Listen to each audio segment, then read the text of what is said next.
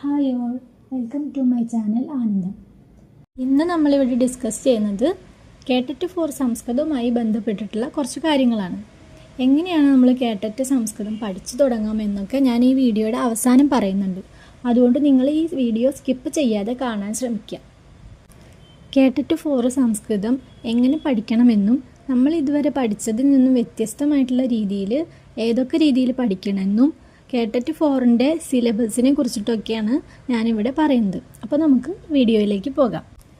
K4 സംസ്കൃതത്തിൽ 150 മാർക്കിൻ്റെ ചോദ്യങ്ങളാണ് ഉണ്ടാകുന്നത്. എല്ലാ പരീക്ഷകൾക്കും ഇങ്ങനെയൊക്കെ തന്നെയാണ് വരുന്നത്.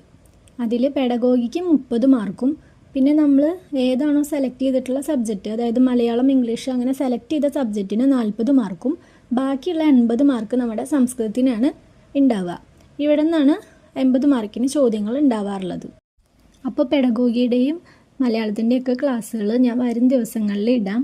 അപ്പോൾ ഇന്ന് നമ്മൾ നോക്കുന്നത് സംസ്കൃതത്തിൻ്റെ സിലബസിനെ കുറിച്ചിട്ടാണ്. അതിൽ ഒന്നാമത്തെ ഭാഗത്ത് വരുന്നത് ശിക്ഷണശാസ്ത്ര അവഗമമാണ്. അതായത് ടീച്ചിങ്ങിനെ പറ്റിയിട്ട് സംസ്കൃത ശിക്ഷണത്തിനെ കുറിച്ചിട്ടാണ് നമ്മളിതിൽ പഠിക്കുന്നത്. അതിൽ ആദ്യത്തേത് ഭാഷാവഗമ, ഭാഷയെ പറ്റിയിട്ടും ഭാഷാഗോത്രത്തെ പറ്റിയിട്ടൊക്കെയാണ് ഈ ഒരു ഭാഗത്ത് നിന്ന് നമുക്ക് പഠിക്കാനുള്ളത്. ഭാഷാബോധന തത്വങ്ങളാണ് അടുത്തതായിട്ട് പഠിക്കേണ്ടത്. അതിൽ എളുപ്പത്തിൽ മനസ്സിലാക്കാനുള്ള ടീച്ചിങ് മെത്തേഡുകളെ കുറിച്ചിട്ടാണ് പറയുന്നത്. അതായത് ടെക്നോളജീസിനെ കുറിച്ചിട്ടും ടെക്നിക്കുകളെ കുറിച്ചിട്ടും. ഇപ്പോൾ ഉദാഹരണത്തിന് നമ്മൾ ആദ്യം ഒരു ചെറിയ ഭാഗം പറഞ്ഞിട്ട് പിന്നെ അത് വെച്ചിട്ട് നമ്മൾ മുഴുവനായിട്ട് അതിനെ പറയുക. അങ്ങനെ നമുക്ക് എളുപ്പത്തിലായിട്ട് മനസ്സിലാക്കാൻ പറ്റുന്ന രീതിയിലുള്ള കുറച്ച് തത്വങ്ങൾ, അതാണ് ഈ ഒരു ഭാഗത്തു നിന്ന് വരുന്നത്. പിന്നീട് സംസ്കൃത ശിക്ഷണ വിധേയ, ഇതിൽ ഓരോ പദ്ധതികളെ കുറിച്ചിട്ടും അതുപോലെ പദ്യഗദ്യ ശിക്ഷണത്തെ കുറിച്ചിട്ടൊക്കെയാണ് പറയുന്നത്. പിന്നീട് വരുന്നതാണ് ഭാഷാ പഠന സമുപഗമഃ.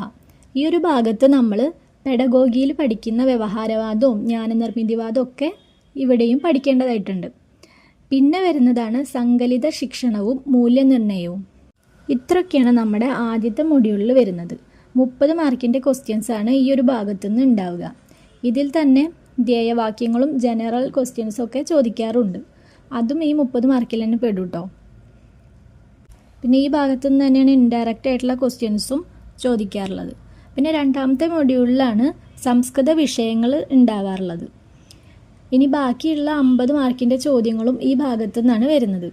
ഏതൊക്കെയാണ് നമുക്ക് നോക്കാം. ഇതിലുള്ളത് എന്തൊക്കെയാണ് വരുന്നതെന്ന് നമുക്ക് നോക്കാം. ആദ്യത്തേത് ഒരു പാരഗ്രാഫ് അല്ലെങ്കിൽ ഒരു ഗദ്യഭാഗം തന്നിട്ട് അതിൽ നിന്ന് 5 ചോദ്യങ്ങൾ ചോദിക്കും. അത് 5 മാർക്കിനായിരിക്കും. പിന്നീട് ശ്ലോകങ്ങൾ തന്നിട്ട് ഏതെങ്കിലും ഒരു ശ്ലോകം തന്നിട്ട് അല്ലെങ്കിൽ ഒരു സുഭാഷിതം തന്നിട്ട് അതിൽ നിന്ന് 5 ക്വസ്റ്റ്യൻസ് ചോദിക്കും. അപ്പോൾ 10 മാർക്കിൻ്റെ ക്വസ്റ്റ്യൻസ് ഇങ്ങനെ ആയിരിക്കും വരിക.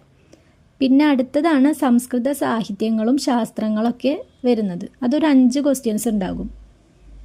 ഇതിൽ സംസ്കൃത സിദ്ധാന്തങ്ങൾ, ആചാര്യന്മാർ, സംസ്കൃത സാഹിത്യ ഗ്രന്ഥങ്ങൾ, അതുപോലെ ദർശനങ്ങളൊക്കെ ഇതിലാണ് ഉൾപ്പെടുക. ഇത് 5 മാർക്കിൻ്റെ ചോദ്യങ്ങളാണ് ഉള്ളതെങ്കിലും പക്ഷേ നമുക്ക് ഇതിൽ ഒരുപാട് കാര്യങ്ങൾ പഠിക്കാനാണ്. കാരണം ഇതിൽ നിന്ന് എവിടെ നിന്നൊക്കെയാണ് ചോദ്യങ്ങൾ അവർ ചോദിക്കുക എന്നുള്ളത് നമുക്ക് ഉറപ്പിക്കാൻ പറ്റില്ല. 3 ചോദ്യങ്ങൾ പിന്നെ കേരളീയ സംസ്കൃതത്തിനെ കുറിച്ചിട്ട്, അതായത് കേരളീയ സംസ്കൃത കൃതികളെ പറ്റിയിട്ടായിരിക്കും. ജനറൽ ക്വസ്റ്റ്യൻസ് 2 മാർക്കിന് ഉണ്ടാകും. ഇങ്ങനെയാണ് ടോട്ടൽ 20 മാർക്കിൻ്റെ ക്വസ്റ്റ്യൻസ് ഈ ഒരു ഭാഗത്തുനിന്ന് വരുന്നത്.